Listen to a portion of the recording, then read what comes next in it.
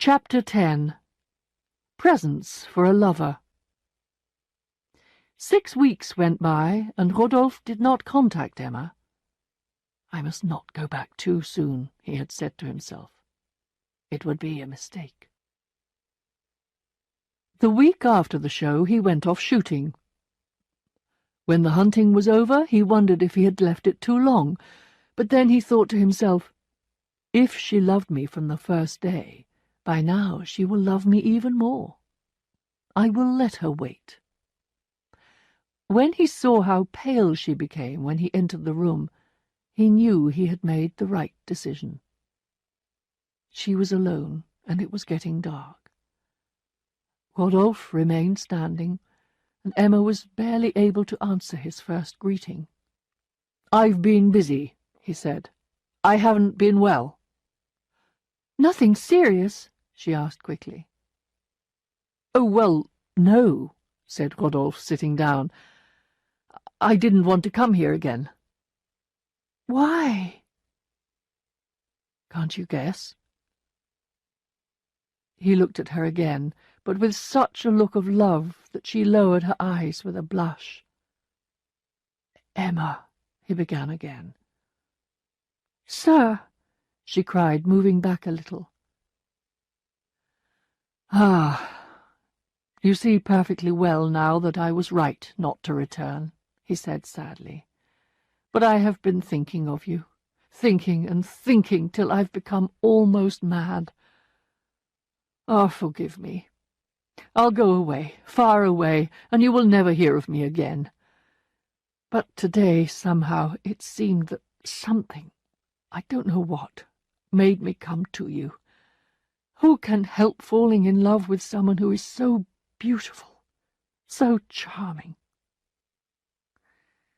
It was the first time in her life Emma had heard such words. She turned towards him with tears in her eyes. "Oh, how kind you are," she said. "No," he said. "I love you, that's all. You know I do, don't you? Tell me you know it. Just one word, one little word." And Rodolphe began to go down on his knees. But there was a noise of someone moving around in the kitchen, and he noticed that the door was not closed. "It would be so kind of you," he said, getting up, "if you could let me see your house. It's such a charming place." Madame Bovary said she would be happy to do this, and they were just getting up when Charles came in. "Good morning, doctor," said Rodolphe. "Madame," he continued, "was talking to me about her health. I was saying that a little horse-riding might be a good thing." "An excellent idea. You should do that, darling." When she replied that she had no horse, Monsieur Rodolphe offered to lend her one. She refused, and he did not insist, and that was the end of the visit. "Why didn't you accept Monsieur Boulanger's offer? It was very good of him," said Charles when they were alone. She said that perhaps people would think it rather odd. "Well, who cares about that?" said Charles. "Health, that's the main thing. It was silly of you." "And how do you expect me to go riding when I haven't got the right clothes?" "We will get you some," he replied. The promise of new clothes was enough to make Emma change her mind. When Emma's riding clothes were ready, Charles wrote to Monsieur Boulanger saying that his wife could go any time, and that they were grateful for his kind offer. Next day, Rodolphe appeared at Charles's door with 2 horses. He had put on a pair of new riding boots, telling himself that she had certainly never seen anything like them before, and Emma was charmed with the way he looked. As soon as he felt the grass under him, Emma's horse started to move more quickly, and Rodolphe came along beside her. Every now and then they exchanged a word or two. She rode with her head a little forward, her hand well up and her right arm stretched out, and she let herself follow the movements of the horse. They rode on like this for 15 or 20 minutes until, at the top of a small hill, the horses stopped. It was early in October, and a thin mist was spread over the land. Sometimes the sun would shine through a break in the clouds and light up the distant roofs of Yonville, with the gardens near the water, the yards, the walls, and the church. Emma half closed her eyes to see her house, and never had this poor village in which she lived seemed so small. After a moment, Rodolphe and Emma turned off and rode along the edge of the wood. She turned away her head every now and again to avoid his eyes, and saw only the trunks of the trees. Just as they entered the wood, the sun came out. "God is with us," said Rodolphe. "You think so?" she answered. "Come on, come on," was his reply. The path narrowed as they went into the wood, and sometimes, to keep away the branches, he rode close up to her, and Emma felt his knee rubbing against her leg. The sky was blue now, and not a leaf moved. They got down from their horses, and Emma walked a little further down the path. Rodolphe came up behind her, stretched out his arm and put it round her waist. She made an effort to break away, but he continued to hold her, so she turned and walked back towards where they had stopped. "Oh, stay," said Rodolphe. "We must not go yet. Stay." And he took her to a little pool, whose surface was covered with small green water plants. "It is wrong of me, wrong, wrong," she cried. "I am mad to listen to you." "Why? Emma, Emma!" "Oh, Rodolphe!" she cried, dropping her head against his shoulder. With a deep sigh she threw back her head, giving her white neck to his kisses, and almost fainting, in tears, her whole body shaking with emotion, hiding her face in her hands, she surrendered herself to him. When evening began to fall, the sun, shining through the branches, was bright in her eyes. Everywhere was silence. She could feel her heart as it began to beat again. She could feel the blood moving through her body like a stream of milk. And then, far, far away, beyond the wood, on the hills across the valley, she heard a cry, strange and distant, a voice that hung in the air, and she listened to it in silence. Rodolphe was standing with a cigar between his teeth, cleaning his fingernails with a small knife. They returned to Yonville by the way they had come. They saw the tracks of their horses in the soil, side by side, and there were the same bushes and the same stones in the grass. Nothing about them had changed, but for her something had happened, something more surprising than if the mountains had fallen into the sea. When she was alone in her room after dinner, she looked at herself in the mirror and was amazed at her own face. Never had her eyes looked so big, so dark, so deep. It was as if she had become another woman. And she kept saying to herself over and over again, "I have a lover, a lover."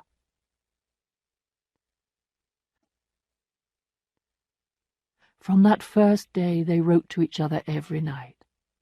Emma took her letter to the end of the garden near the river and put it in a gap in the wall. Rodolphe would come and take it and put another in its place, and always she complained that his letters were too short. The time she had with him was too short too, so whenever Charles was called out early, Emma got up, threw on some clothes, and ran through the fields to Rodolphe's house. At this early hour Rodolphe would still be asleep, and Emma seemed like a spring morning coming into his room. Laughing, he would pull her towards him and down onto his breast, and afterwards it would take them a quarter of an hour to say goodbye. Emma would burst out crying. She would have liked to stay with Rodolphe always and never leave him any more. But one day, when she came in unexpectedly, a look of annoyance passed over his face. "What's the matter?" she said. "Don't you feel well? Tell me." At first he said nothing, but then, looking very serious about it, he told her that he was worried about these early morning visits. People would start talking about her. They needed another meeting place. Rodolphe said he would look out for a house outside Yonville where they could be together. But all through the winter, 3 or 4 times a week, and when it was quite dark, the only place they could find was Emma's garden. They would come together there after Charles had gone to sleep. The cold made them hold each other tighter. Their eyes, though they could hardly see them in the growing darkness, seemed bigger. On wet nights they would take shelter in the surgery. She would light one of the kitchen candles, and Rodolphe made himself quite at home. The sight of the bookcase and the desk, everything in the room, in fact, seemed to amuse him, and he could not stop himself from making all sorts of little jokes about Charles. This did not please Emma. She would have liked him to be a little more serious, a little more dramatic. But Rodolphe felt no need to change his ways, and was, in fact, becoming a little bored with Emma's delicate emotions and sensitivities. She even talked about wanting a ring, a proper wedding ring, as a symbol of their union. He never spoke to her now as he used to, saying the sweet, tender things that had made her cry with happiness. He never kissed her and held her in the old way. No, that great love of theirs, on whose waves she had been carried away, seemed to be growing shallower beneath her, like the waters of a river in a dry summer, and now she could see the mud that lay beneath it. As Emma grew to understand that this great love affair might not be forever, Rodolphe found her becoming more and more distant, even cooler towards him. For a few weeks she even spent more time with Charles, trying to see if she could love him better. But it was no use, and Rodolphe thought to himself, "She'll get over it, it's just one of her little ways." He was right. All he had to do was to keep away, to miss their meeting for 3 or 4 nights, and once again her complaints stopped, and she was his. So love began for them again. Often in the middle of the day, Emma would take up a pen and write to him. And she did not only send letters, but also presents, small, expensive things that she could not afford, and which she could not ask her husband to buy. It was Monsieur Lheureux, the draper, who was able to help her here. As soon as he heard that Madame Bovary was buying gifts for someone, he made sure he met her as often as he could. He told her all about the latest deliveries from Paris, was very helpful, and never asked for his money. Emma found this a very easy way to satisfy her wish to please her lover, and she took full advantage of it. For example, she wanted to buy Rodolphe a very handsome riding-whip that was on show at an umbrella shop in Rouen, and next week there was Monsieur Lheureux putting it on her dining-room table. But the day after that he came along with a bill for 270 francs. Emma did not know what to do. All the drawers in the desk had been emptied out.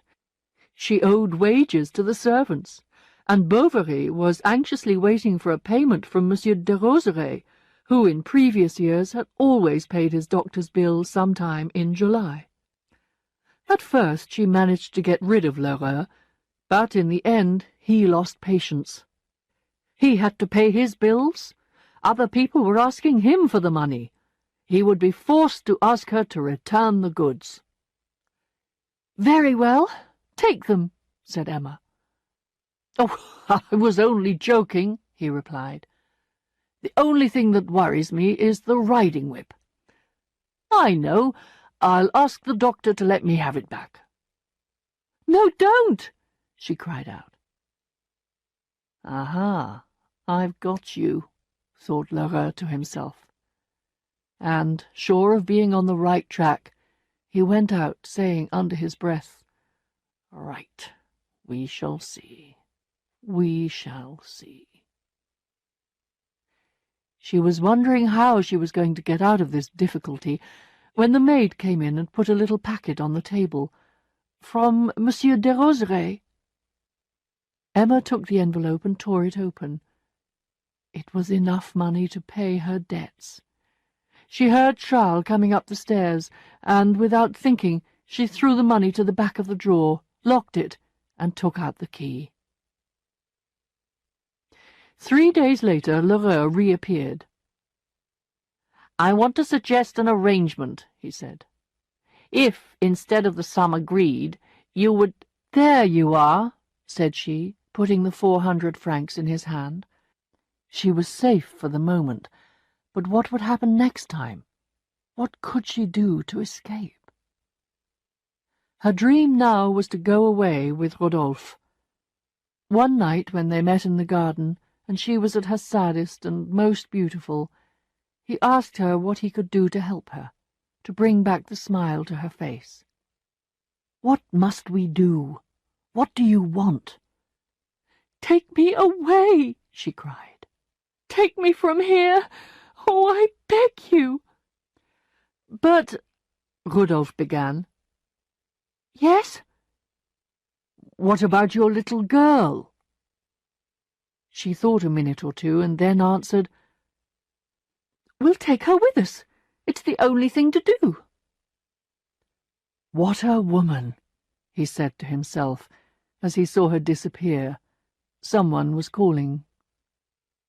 But now Emma believed that she would be able to escape, and this became her only topic of conversation with Rodolphe. She would lean her head on his shoulder and whisper, "Ah, when we are in the coach, can you imagine it? Is it possible?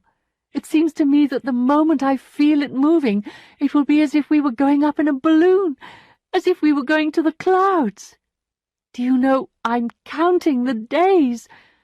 Aren't you?" Never had Madame Bovary looked so beautiful as now. Charles thought her as delicious as on the day she became his bride.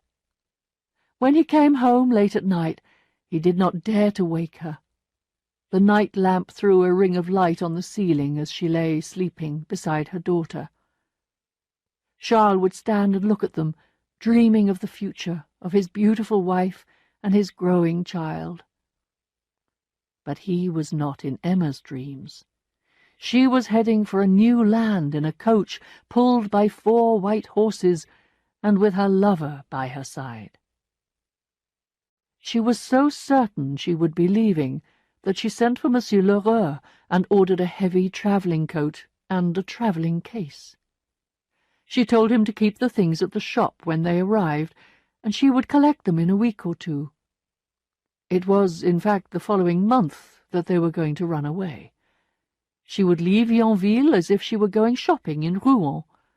Rodolphe would have booked the seats, arranged the passports, and written to Paris in order to have the mail coach all to themselves as far as Marseille.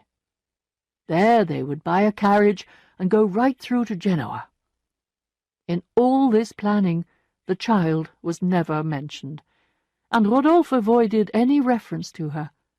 Perhaps Emma had given up the idea of taking her.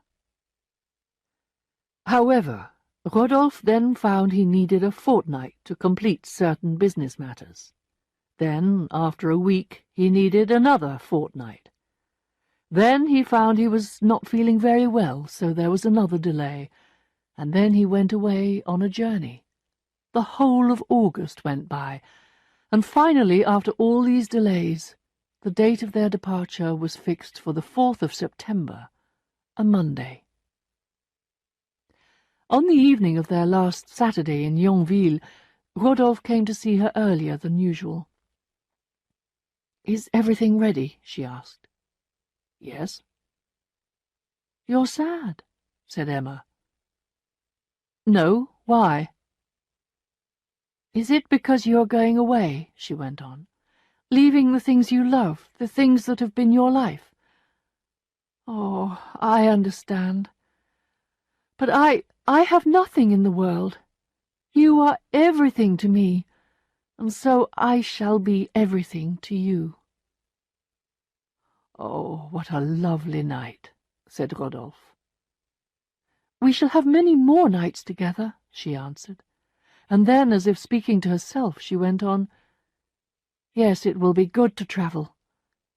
But why is my heart so sad? Is it fear of the unknown, or the break with all I have been used to, or else— No, it is because I am too happy in my happiness. How weak I am! Forgive me. There is still time, he exclaimed. Think, you may regret it later.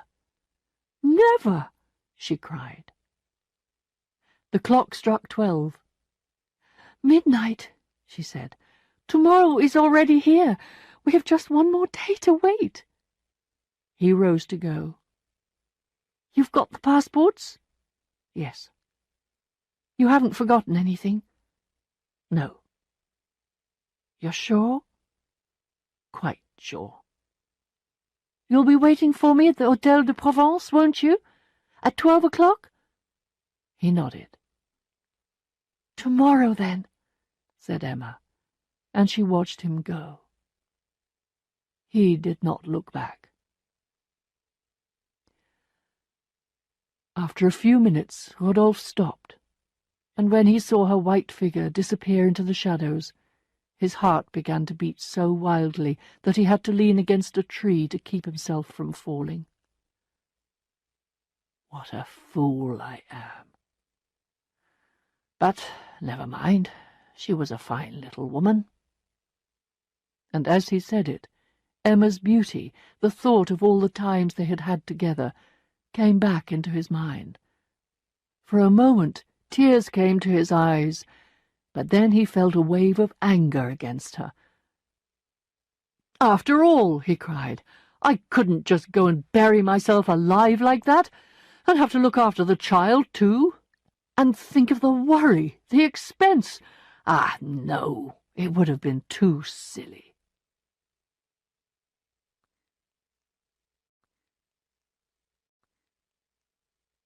Chapter 11. Goodbye. The letter Rodolphe wrote that evening ended with the words, I shall be far away when you read these sad lines.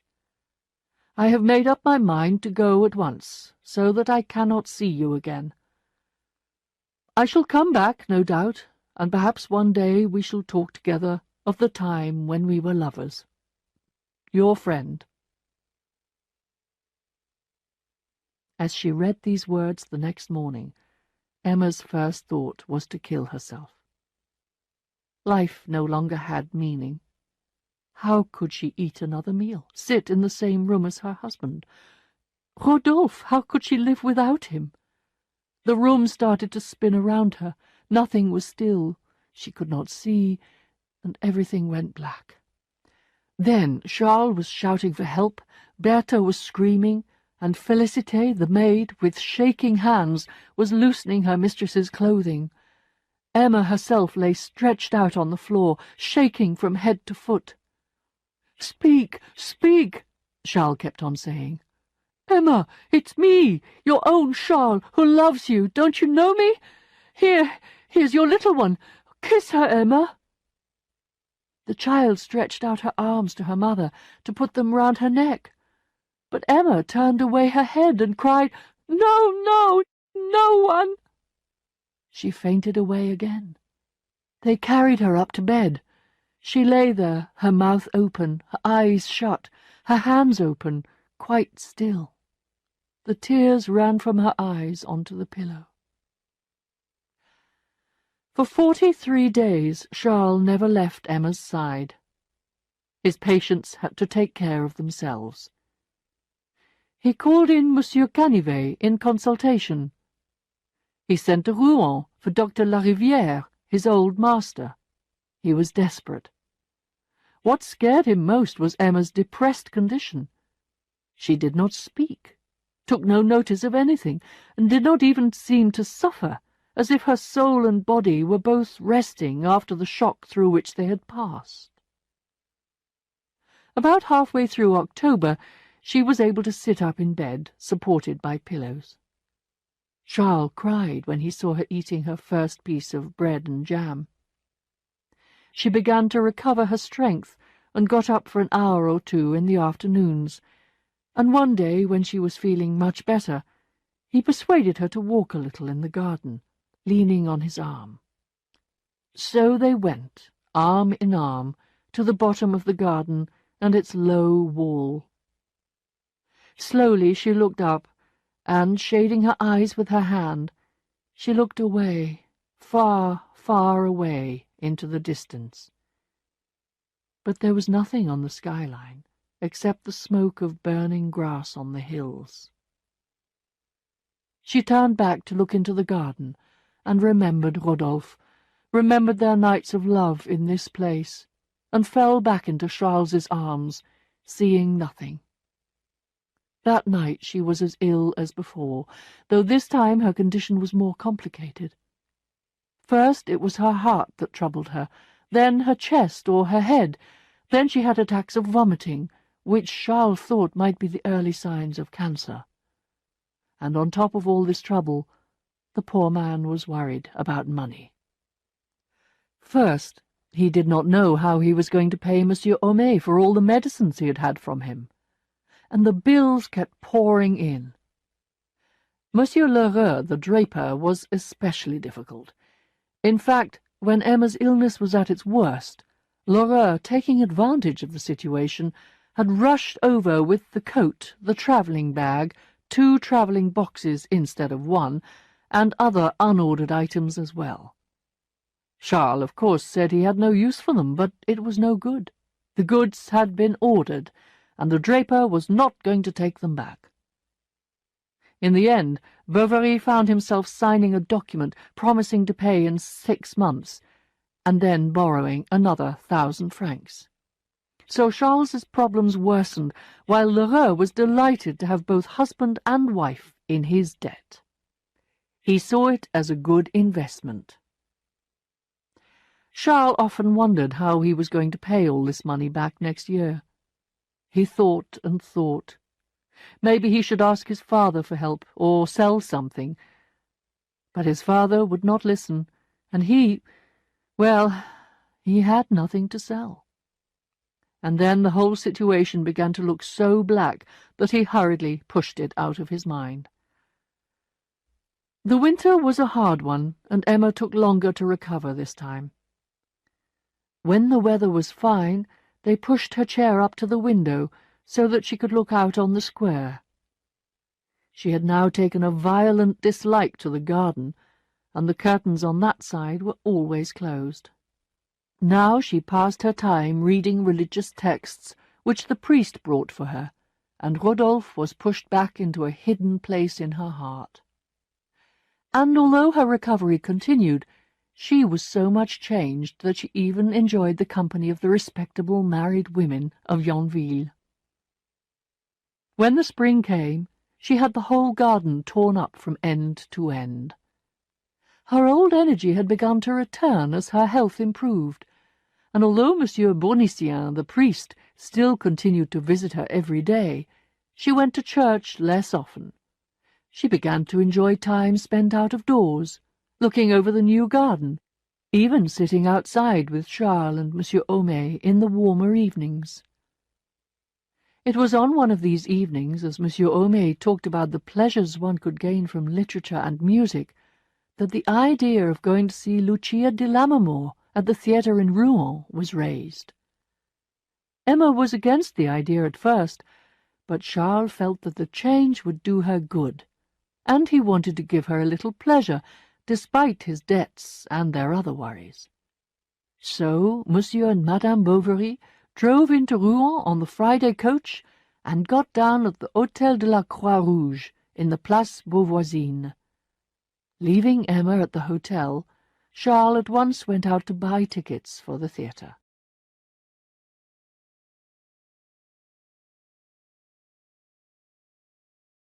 Chapter 12.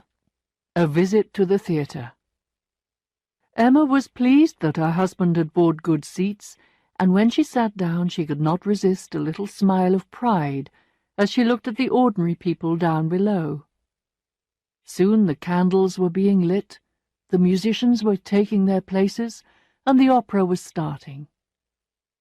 When they began to play, she lost herself in the music, her eyes almost blinded by the richness of the colours, the beauty of the singers. And their voices, their beautiful bodies dressed in the finest clothes you could imagine, their noble emotions, it was too much. Poor Charles, however, could understand none of it. "Why is he so unkind to her?" he whispered. "But he isn't," she answered. "He's her lover."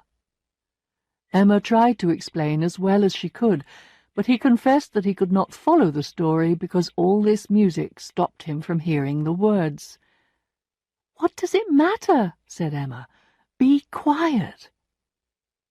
"Well, you see," he answered, leaning over on her shoulder, "I like to understand things. You know I always do." "Oh, please be quiet," she cried impatiently.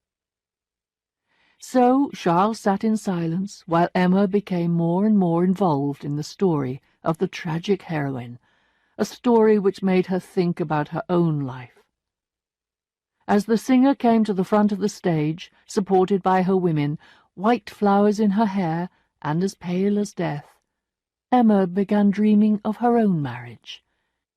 She saw herself back again on the little footpath when she and her father were making their way to the church.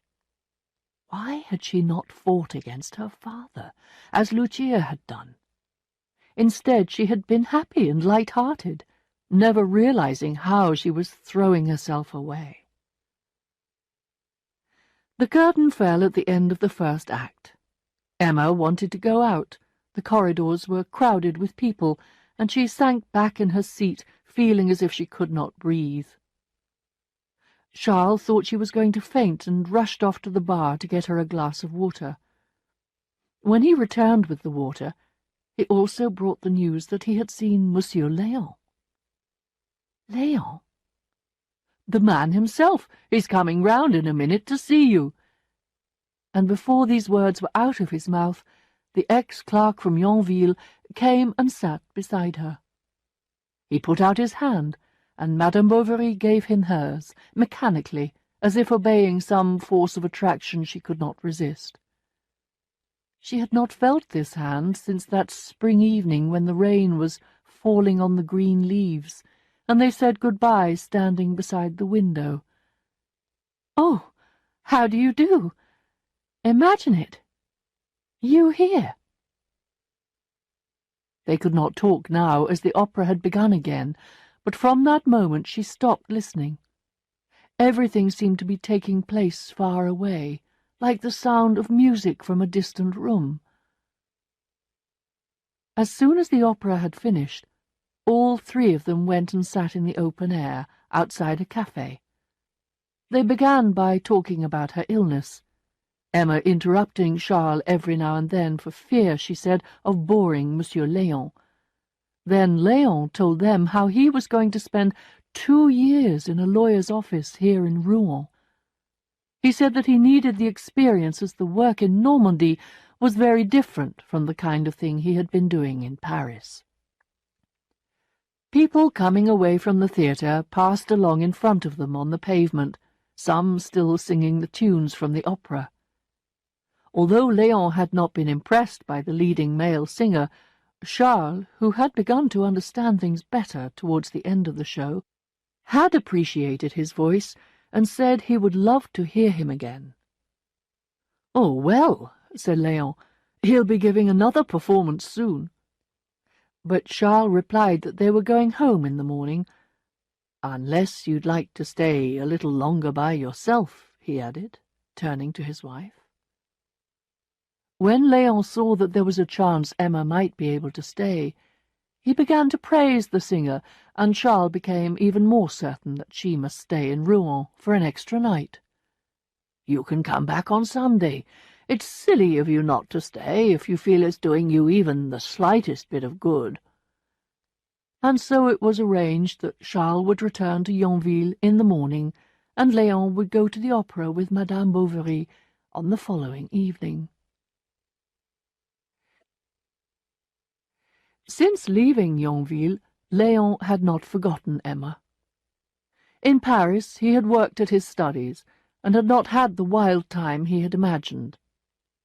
It had been a happy but unexciting period, and he had sometimes dreamed of the love that might have been between them. Seeing her again after 3 long years, all his hopes returned. This time he thought he really would have to bring things to a conclusion. He was less shy now, more sure of himself, and after his time in Paris he felt quite confident that he could have his way with this country doctor's wife. He would not have been brave enough to make the attempt in Paris, but away from the capital he had the courage. When they met the following afternoon, he did his best to make himself interesting to her. He talked, therefore, about how unhappy he had been since he left Yonville, and how his dreams had been disappointed. "If you only knew," she said, "the dreams that I have dreamed." And tears shone in her beautiful eyes as she raised them to the ceiling. "And I, too," cried Léon. "I often went out, trying to lose myself in the noise of the crowd, but I was never able to get you out of my thoughts." Madame Bovary turned away her head, so that he should not see the smile she felt on her lips. She let him speak, saying nothing, waiting for him to say what she wanted to hear. She did not have to wait long. "And," he went on, "I wrote you so many letters that I never sent." "But why?" she asked. "Why?" And he hesitated a moment. "Because I loved you." Congratulating himself for having said the words, Léon watched her out of the corner of his eye. It was like looking at the sky after the sun has chased away the clouds. Her whole face was lit up with joy. He waited, and at last she said, "I always thought you did." Then they talked about all the things that had happened when he lived in Yonville. They spoke of the flowers in her garden, the dresses she used to wear, the furniture in her bedroom, and of all the things in and around the house. They talked, and before they realized how time had passed, it was 8 o'clock. She rose to light the candles, then she came and sat down again. "Well," said Léon, and he reached out and touched her hand. "What could stop us from beginning all over again now?" "No, my friend," she replied. "I am too old. You are too young. Forget all about me. Others will love you, and you will love them." "Not as I love you," he cried. "What a child you are! We have to be sensible. I mean it." And she did mean it. She intended to keep her distance, to be responsible. She had suffered too much to want to open those wounds again. However, she was not prepared for Léon's shyness. If he had been another Rodolphe, it would have been easy. She could have pushed him away without an effort. But Léon was so beautiful, so full of desire for her. She could see it in his eyes. But so gentle. She did not know what to do. When he took her face in his hands and kissed her, she could not resist, because he did it without force, with such care. But still she could not let this happen. So she looked at the clock above the fireplace and said, "Heavens, look at the time! We have forgotten all about the theatre, and I must go back to my poor husband tomorrow, so there is my last chance gone." "Are you really going back?" said Léon. "I am." "But I must see you again," he said. "I had something I wanted to tell you." "What is it?" "Something... oh, something very serious, very important." "Ah, but no, you won't go back. You can't. If you only knew. Listen, you mustn't go like this. Let me see you again, I beg you. Once, just once." "Well—" and she stopped.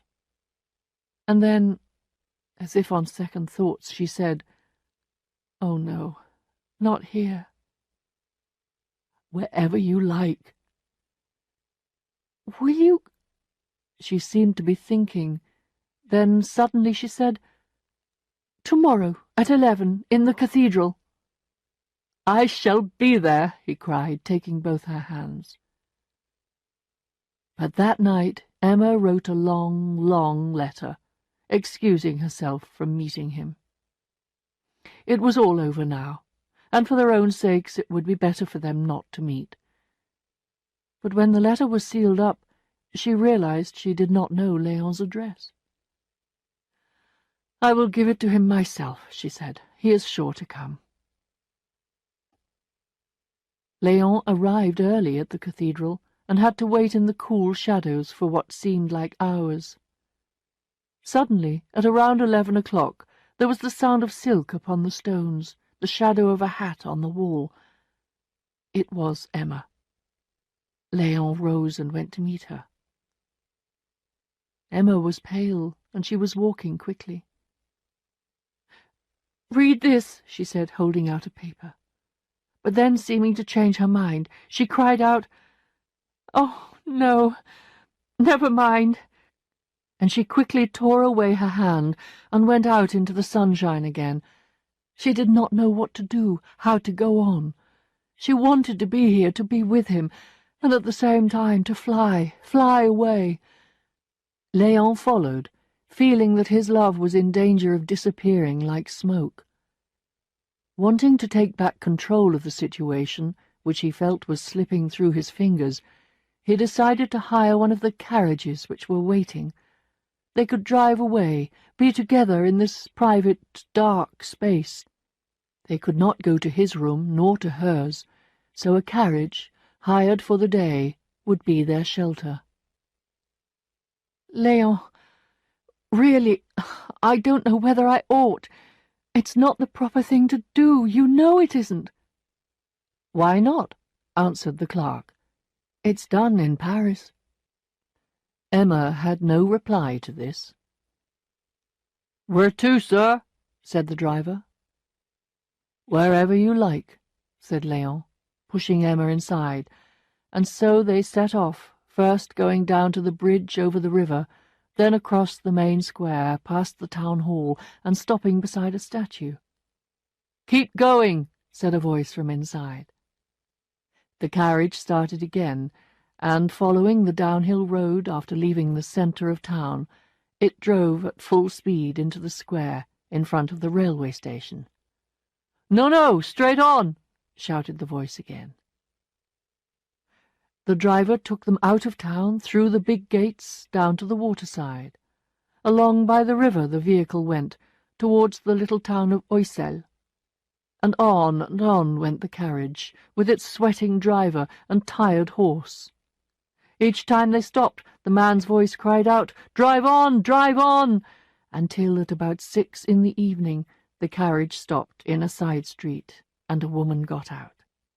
She walked away with her face hidden, looking neither to the right nor to the left.